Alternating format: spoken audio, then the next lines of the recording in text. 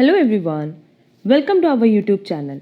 हमारा आज का सेशन अगेन मॉडल और सैम्पल पेपर से रिलेटेड है, जहां हमने फोर्थ सैम्पल पेपर पे 50 एमसीक्यूज़ का डिस्कशन कर लिया था एंड रिमेनिंग 50 एमसीक्यूज़ का डिस्कशन आज हमें करना है।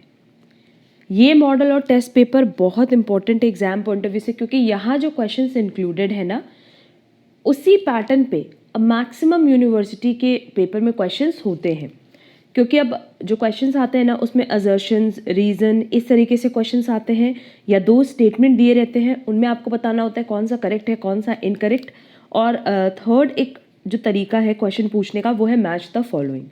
तो इन्हीं तीन पैटर्न पे हमने यहाँ मैक्सिमम क्वेश्चंस इंक्लूड किए हैं। अगर अभी तक आपने फर्स्ट पार्ट नहीं देखा है तो आपको फर्स्ट पार्ट की लिंक डिस्क्रिप्शन बॉक्स में मिल जाएगी, एंड क्लास के एंड में भी आपको क्लास की लिंक मिल जाएगी। वो 50 एमसीक्यूज़ की क्लासेस आप ज़रूर से कर लेना, और रिमेनिंग 50 एमसीक्यूज़ हम लोग आज डिस्कस करेंगे। इस मॉडल टेस्ट पेपर की जो पीडीएफ है वो आपको हमारे टेलीग्राम चैनल पे मिल जाएगी। पहले 50 एमसीक्यूज़ डिस्कस करने पे हमने पीडीएफ अपलोड नहीं की थी, रीज़न भी हमें बाकी 50 एमसीक्यूज़ भी अपलोड करने थे। तो अब आप चाहो तो पीडीएफ डाउनलोड कर सकते हो। चलो फिर जल्दी से अपना सेशन स्टार्ट करते हैं। हमारे पास फर्स्ट क्वेश्चन है, the VRIO framework used in HR function in today's era refers to 4 criteria. आपको ये बताना है कि VRIO का फुल फॉर्म क्या है, किस टर्म में, HR फंक्शन के टर्म में। इसका फुल फॉर्म होता है वैल्यू, रेयरिटी, इमिटेबिलिटी, ऑर्गेनाइजेशन। जो कि आप गिवन ऑप्शन में देखोगे ना, तो आपके पास थर्ड ऑप्शन में दिया है, वैल्यू, रेयरिटी, इमिटेबिलिटी एंड ऑर्गेनाइजेशन। तो करेक्ट आंसर होगा थर्ड। नेक्स्ट, अगेन देखो असर्शन और रीजन दिया है, आपको बताना है कि असर्शन करेक्ट है, रीजन करेक्ट है या इनकरेक्ट है। और अगर करेक्ट है तो रीजन क्या असर्शन को सूट कर रहा है, जस्टिफाई कर रहा है। देखो असर्शन और रीजन अगेन यहाँ पे दो अलग अलग स्टेटमेंट्स दिए हैं, आपको बताना है दोनों करेक्ट है या इनकरेक्ट। और अगर करेक्ट है तो क्या रीजनिंग असर्शन को जस्टिफाई कर रहा है। लिखा है, induction is an informal information sharing session on miscellaneous issues in an organisation. सबसे पहले तो इंडक्शन एक ऐसा ट्रेनिंग प्रोसेस है जिसकी वजह से आप न्यू एम्प्लॉयज़ को इंट्रोड्यूस कराते हो within an organisation. Induction basically एक सिस्टमैटिक ट्रेनिंग का तरीका है, एक सिस्टमैटिक ट्रेनिंग प्रोवाइड करने का तरीका है, जहाँ पे आप न्यू एम्प्लॉय को ये असिस्ट करते हो कि क्या उनकी वर्क जॉब होगी, किस तरीके से उनकी जॉब डिज़ाइन की गई है एंड सो ऑन। तो क्या ये इनफॉर्मल इंफॉर्मेशन है? No. The rationale of induction is to ensure effective integration of staff into or across organization for the mutual benefit। और इंडक्शन का पर्पस तो यही होता है ना, जो न्यू एम्प्लॉय आया है उसको मिक्सअप कर सके ऑर्गेनाइजेशन के साथ। तो असर्शन गलत है बट रीजनिंग सही है। तो as per given option correct answer होगा 4। Assertion A is an incorrect statement but reasoning R is a correct statement. Next, again question number 53 की बात करें तो मैच द फॉलोइंग है। सबसे पहले देखो, कह रहा है कि सिंपल रैंकिंग बेसिकली किस पे बेस्ड होती है? On overall performance. Alternation ranking ये बेस्ड होती है ट्रेट पे और a set of trait and avoid central tendency. Paired commission ये बेस्ड होती है एक पर्टिकुलर ट्रेट पे ओनली फॉर क्वांटिटी और quality of work. And last is forced distribution ends up with predetermined number of people in each group। Force distribution कहाँ खत्म होता है कि एक पर्टिकुलर ग्रुप में कितने लोग अवेलेबल हैं। तो as per given option correct answer होगा ए का 1, बी का 4, सी का 3rd एंड डी का 2nd। That is correct answer होगा 2। नेक्स्ट, अगेन देखो असर्शन एंड रीजनिंग दी हुई है, हमें ये बताना है कि दोनों में से कौन सा स्टेटमेंट करेक्ट है, कौन सा इनकरेक्ट है। लिखा है, कंपनसेशन हैज 2 वाइटल डोमेन्स। एक होता है इकोनॉमिक कॉन्सेप्ट और एक होता है साइकोलॉजिकल कॉन्सेप्ट। सही है। अगर हम कॉम्पनसेशन की बात करें तो कॉम्पनसेशन मतलब किसी को कॉम्पनसेट करना, एक तो वो इकोनॉमिक टर्म्स में होता है और एक मेंटली होता है, दैट इज साइकोलॉजिकल कॉन्सेप्ट। तो फर्स्ट स्टेटमेंट तो करेक्ट है, असर्शन करेक्ट है। Compensation basically represents an employment contract. No, ये एम्प्लॉयमेंट कॉन्ट्रैक्ट को नहीं शो करता है। तो ना तो ये रीजनिंग सही है, ना ही ये जस्टिफाई कर रहा है असर्शन को।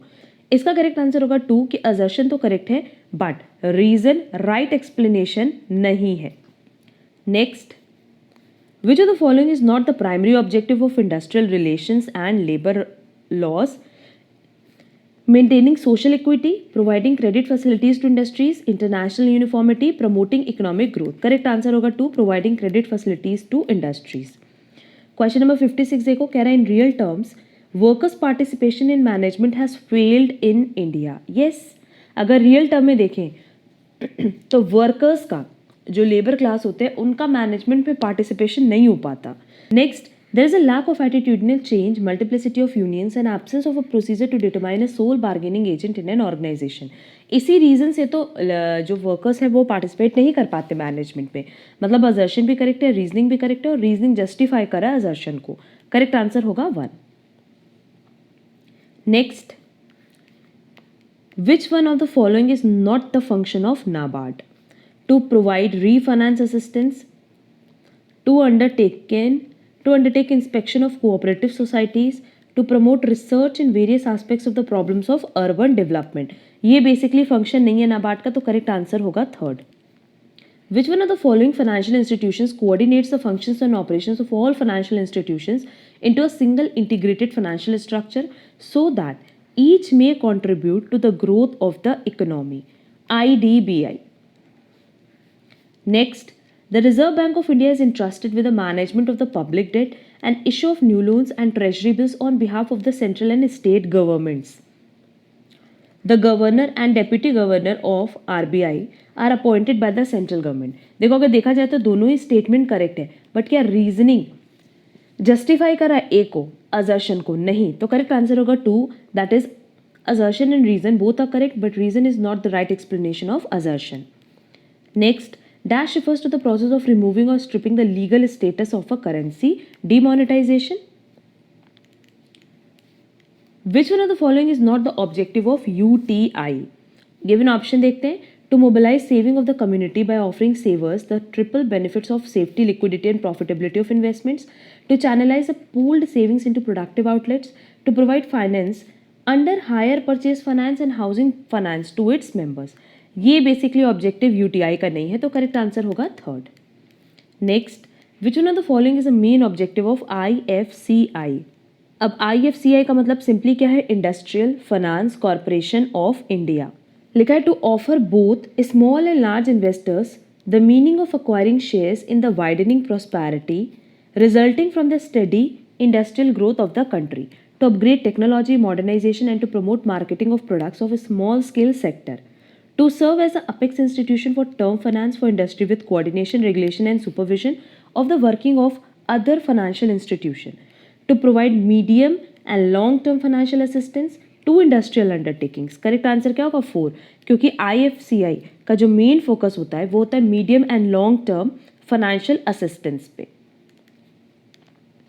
नेक्स्ट, अगेन देखो हमारे पास 2 लिस्ट दी है, दोनों को मैच करना है, तो इससे क्या होता है ना कि मैक्सिमम हम लोगों को डेफिनेशन याद हो जाती है. देखो टर्म फाइनेंस का मतलब होता है providing finance to the borrowers for expansion and modernisation of plant and equipment. Refinance का मतलब हो गया providing replenishment finance to eligible institutions for the loans to industrial concerns. Financial inclusion, delivering of banking services at affordable cost to the vast sections of disadvantaged and low income groups. And last is venture capital, providing finance to new or existing industrial units for encouraging commercial application of technology and expansion. ये चारों ही basically definition based है, तो चारों की definition हमने बता दी. और answer क्या है? ए का 4, बी का 3, सी का 2, डी का 1. That is as per given option. Correct answer है 3rd. Next, an export processing zone is different from free trade zone as it promotes units primarily devoted to exports. Correct? Goods imported to a free trade zone may be exported without any processing in the same form, but goods exported by units in an economic processing zone are expected to have undergone some value addition by manufacturing processes. Reasoning भी correct है और reasoning correct explanation भी है assertion का, तो correct answer होगा 1. अब यहाँ आप लोग export processing zone and free trade zone के बारे में थोड़ा सा रीड कर लेना. नेक्स्ट, अगेन यहाँ देखो हमारे पास लिस्ट 1 लिस्ट 2 दिया हुआ है और हमें इसको मैच करना है.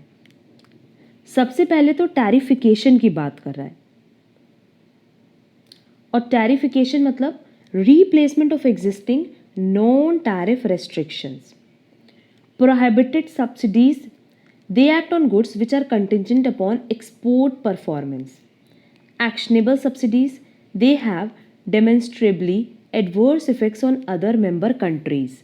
And last is non-actionable subsidies for industrial research in disadvantaged region.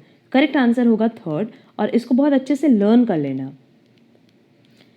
Next again देखो, हमारे पास जो लिस्ट 1 लिस्ट 2 दिया है ये किससे रिलेटेड है? WTO इम्पैक्ट से.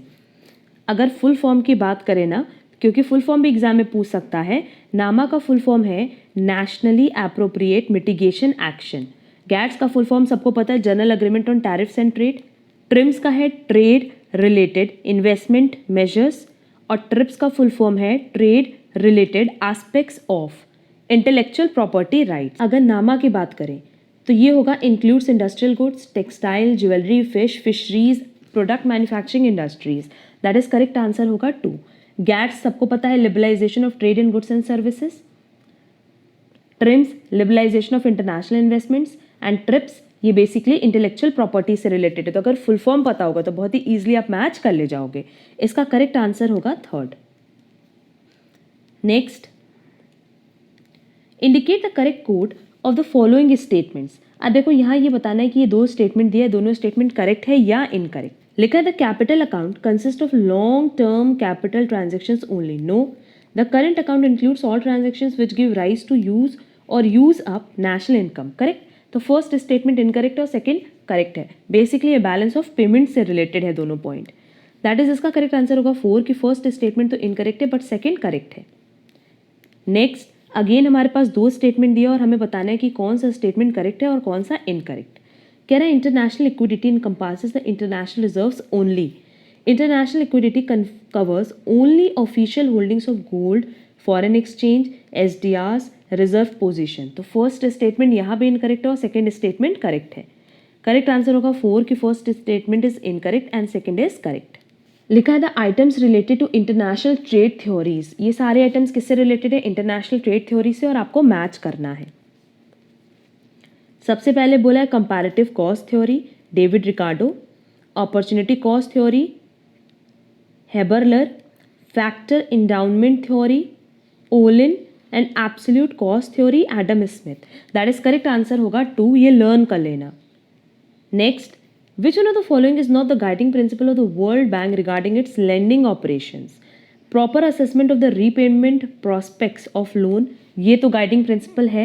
Lending should be only for specific projects, yes. The lending should be enable a country to meet foreign exchange content of the project cost, yes. The bank does expect the borrowing country to spend the loan in a particular country, no. Correct answer होगा 4 कि ये कोई guiding principle नहीं है world bank का. Next, total return on a security, ये किसके बराबर होता है? Periodic cash receipt plus capital gain divided by purchase price of the security, जो कि फर्स्ट ऑप्शन में दिया है. Risk of a portfolio can be minimised by which of the following.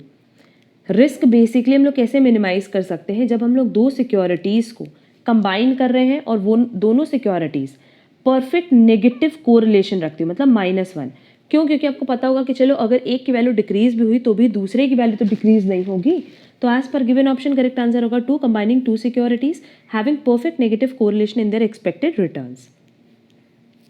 Next, the certificate which evidences an unsecured corporate debt of short term maturity, उसको हम क्या कहते हैं? Commercial paper. Next, which of the following statements are false, indicate the correct code.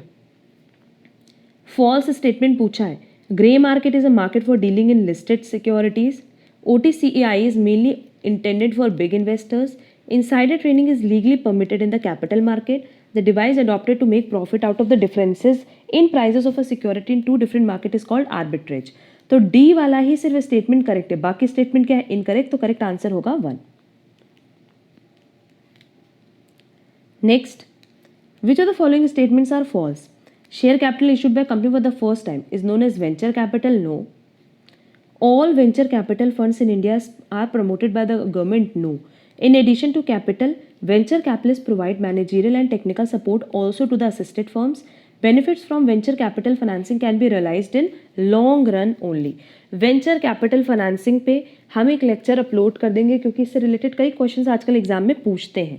इसका correct answer होगा 2 कि first और second statement incorrect है और बाकी दोनों स्टेटमेंट करेक्ट. नेक्स्ट अगेन देखो हमारे पास दो लिस्ट दी हुई है और दोनों को मैच करना है. सबसे पहले है लिक्विडिटी रिस्क. लिक्विडिटी रिस्क का मतलब क्या है? Risk related to inability to pay its dues on time. Then business risk, risk related to fluctuation in profits. Financial risk, risk related to firm's capital structure. And inflation risk, risk related to purchasing power of income. सब simply देखो क्या है liquidity risk. Liquidity मतलब क्या, यही ना देखते हैं कि अगर फर्म को किसी पॉइंट ऑफ टाइम पे पेमेंट की ज़रूरत पड़ेगी तो क्या फर्म के पास उतना पैसा होगा. तो पेमेंट की बात यहाँ हो रही है. बिजनेस में प्रॉफिट की बात होती है, फाइनेंस में कैपिटल स्ट्रक्चर की बात होती है और इन्फ्लेशन मतलब इनकम की बात होती है. तो करेक्ट ऑप्शन होगा 4. नेक्स्ट हमारे पास दो स्टेटमेंट दिया, हमें बताना है कि क्या दोनों स्टेटमेंट करेक्ट है. These statements relate to channel strategies of products और सर्विसेज. इस तरीके से मेंशन भी कर देगा कि किस टॉपिक से रिलेटेड है. नहीं, हमारे पास यहाँ पे 3 स्टेटमेंट दिया है. फर्स्ट स्टेटमेंट है designing a distribution system for a service for profit or non business context involves to select the parties only through which ownership will pass. No. The ownership channel for most of the services is long and quite complex because of inseparability characteristics. No. Short channels usually mean more control on the part of the seller. Yes. Correct answer होगा, इसका correct answer होगा third कि first and second statement तो incorrect है but third statement correct है. Next, an enormous collection of data on various topics from a variety of internal and external sources compiled by a firm for its own use or for use by its client. इस process को हम कहते हैं data warehousing. Again दो statement दिया है. First statement में लिखा है a form of non store retailing that uses advertising to contact customers who in turn purchase products without visiting a retail store. इसको हम डायरेक्ट सेलिंग कहते हैं. नो, ये डायरेक्ट सेलिंग तो हुई नहीं. A form of non store retailing in which personal contact between a sales person and a consumer occurs away from a retail store. क्या इसको डायरेक्ट मार्केटिंग कहेंगे? नहीं. तो दोनों स्टेटमेंट क्या है? करेक्ट नहीं है. Next, 34% of the customers who fall in one of the categories of diffusion process who are deliberate customers to accept an innovation just before the average adopter in a social system. Such customers who are above average in social and economic measures rely quite a bit on advertisements and salesmen. उनको हम क्या कहते हैं? Early majority. Next, the GE business model is explained on which of the following parameters. इसको describe किया गया है market attractiveness पे एंड बिजनेस पोजीशन पे. Next, a reduction from the list price that is offered by seller to buyers in payment for marketing functions. The buyers will perform is known as trade discount, functional discount, cash discount. Both trade discount and functional discount. That is correct answer होगा 4. Next, अब ये देखो हमारे पास list 1 list 2 दी हुई है. List 1 personal management से related है और लिस्ट 2 किससे रिलेटेड है? ह्यूमन रिसोर्स मैनेजमेंट से. आपको बताना है कि कौन सी मैचिंग सही है. Focus of personnel management, profit maximisation by controlling people. Focus of HRM, development attitude by making people contribute their best. Philosophy of personnel management, exercising it as a functional area of management. Philosophy of HRM, exercising it as human management. That is correct answer होगा 3rd. Next, select the correct code of the following statements being correct or incorrect. Strategic HRM focuses on specific organizational intentions about what needs to be done, while HR strategies focus on long-term issues only. Strategic HRM focuses on macro concerns, yes, जैसे कि structure and culture, and HR strategy focus करती है specific issues assigned पे. Human resource strategy decisions ये derive हुई है strategic HRM से. तो second and third correct है, first incorrect है. Correct answer होगा 2 कि second and third statement तो correct है but first incorrect है. Next, which of the following code represents the full form of the term bars in performance management systems? बताया भी हुआ है behaviorally anchored rating scale. Next, यहाँ again list 1 list 2 दिया है और ये किससे रिलेटेड टर्म्स है? ट्रेनिंग से। Andragogy, art and science of training the adults. Pedagogy, strategies or styles of instructions. Terminal behavior, ultimate knowledge level with which trainee leaves the training sessions. And training impediments, lack of commitment of management and scarcity of resources in training. Correct answer होगा third.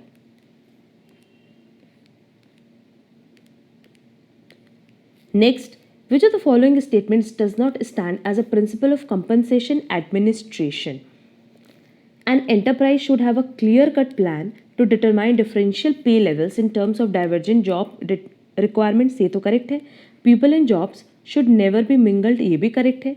The compensation system should be designed with subjectivity with respect to individual skills set exercise from time to time. No, compensation system इस तरीके से नहीं बनता. There should be established wage grievance handling procedure. Correct answer होगा third, कि अगर हम principle of compensation administration की बात करें तो ये प्रिंसिपल एग्जिस्ट नहीं करता. Next, healthy labour management relation, ये होगा voluntary arbitration and responsible trade union. Industrial peace law, industrial dispute act, industrial democracy, workers participation in management, national commission on labour 1969, guiding principle for a grievance procedure. Correct answer होगा 1. Next, in recent years, which among the following countries has been the largest source of foreign investment in India? Mauritius. Next, the government of India has been opening up domestic market to foreign players in baby steps. Yes, allowing foreign firms free play in India's retail sector has always been political hot potato. Yes, ये दोनों statement correct है, but क्या reasoning justify कर रहा है assertion को? No. तो correct answer होगा 2 कि असर्शन एंड रीजन दोनों करेक्ट है, बट रीजन राइट एक्सप्लेनेशन नहीं है. Next, a GDR is a bank certificate issued in more than one country for shares in a foreign company. Yes. A GDR is very similar to ADR. Yes. GDRs are called EDRs when private markets are attempting to obtain euros. तो correct answer क्या होगा कि तीनों ही statement correct है. Next, the law of one price states that in competitive market free of transportation cost and barrier to trade, identical products sold in different countries must sell for the same price when there is a price expressed in terms of same currency. Law of one price की बात कर रहा था.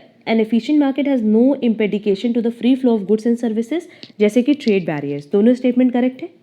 Correct answer होगा कि दोनों ही statement क्या है? करेक्ट है. Next, Which among the following is not a correct statement regarding patent? पढ़ लेते हैं question. A patent is a legal protection granted for an invention. Yes. The patent grants that patent holder the exclusive right. Yes. The exclusive purpose of the patent system is to benefit the patent holder. No. ये कोई purpose नहीं है. Correct answer होगा third. Which one of the following is agricultural income under the Income Tax Act 1961? Interest on arrear of rent in respect of agricultural land, interest received by money lender in the form of agricultural produce, income from sale of trees of forest, interest on capital received by a partner from the firm engaged in agricultural operation. Correct answer होगा 4. Under the Income Tax Act 1961, block of assets for the purpose of charging depreciation. इसका मतलब होता है कि जितने भी assets जिसपे एक रेट का depreciation लगेगा, जैसे किसी पे 15% लग रहा है, किसी पे 20% लग रहा है, तो जिस पे 15% लग रहा है वो सारे असेट्स को हम एक ब्लॉक ऑफ असेट मानते हैं. तो करेक्ट आंसर होगा third, value of those assets to which one rate of depreciation is applicable. Next, the maximum amount of exemption of compensation received at the time of voluntary retirement under section 10 subsection 10C of the income tax act 1961 is rupees 5 lakh. Which one of the following statement is not correct with reference to the assessment of firms? All partnership firms formed under the Indian Partnership Act 1932 are assessed as firms under the Income Tax Act 1961. ये statement क्या है? Incorrect है. तो correct answer क्या होगा? 1. The due date of first installment of advance tax by assessees other than companies is 15th June. And आज का last question है, which one of the following items is not allowed is deduction while computing income from business and profession. Fee paid to lawyer for drafting partnership deed ये नहीं include करते हैं, loss due to इम्पेजलमेंट करते हैं, legal expenses करते हैं, cost of installing a new telephone करते हैं, but fees pay to the lawyer for drafting partnership deed ये बिजनेस एंड प्रोफेशन का पार्ट नहीं है, तो करेक्ट आंसर होगा 1। अब यहाँ देखो ओवरऑल हमने 100 MCQs डिस्कस कर लिए related to model question paper और सैम्पल पेपर 4। इसी पैटर्न पे हम आगे के भी सैम्पल पेपर्स अपलोड करेंगे जहाँ मैक्सिमम क्वेश्चंस ऐसे होंगे जो मैच द फॉलोइंग वाले होंगे या असर्शन रीजन के होंगे, तो उससे आपका बहुत सारा कॉन्सेप्ट साथ ही साथ क्लियर हो जाएगा। अगर आज के सेशन में कहीं पे भी कोई डाउट है तो आप कमेंट बॉक्स में कमेंट करके पूछ सकते हो, साथ ही साथ आप हमसे टेलीग्राम पे भी कनेक्ट कर सकते हो। सबकी लिंक आपको डिस्क्रिप्शन बॉक्स में दी गई है। अगर आपको आज का सेशन यूजफुल लगा तो वीडियो को लाइक ज़रूर करना, एंड अगर आप हमारे चैनल पर नए हो तो चैनल सब्सक्राइब ज़रूर कर लेना, सो दैट आगे की क्लासेस की नोटिफिकेशन आपको टाइमली मिल पाए। अब हम लोग मिलेंगे हमारी नेक्स्ट क्लास में। आज के लिए बस इतना। Thank you so much.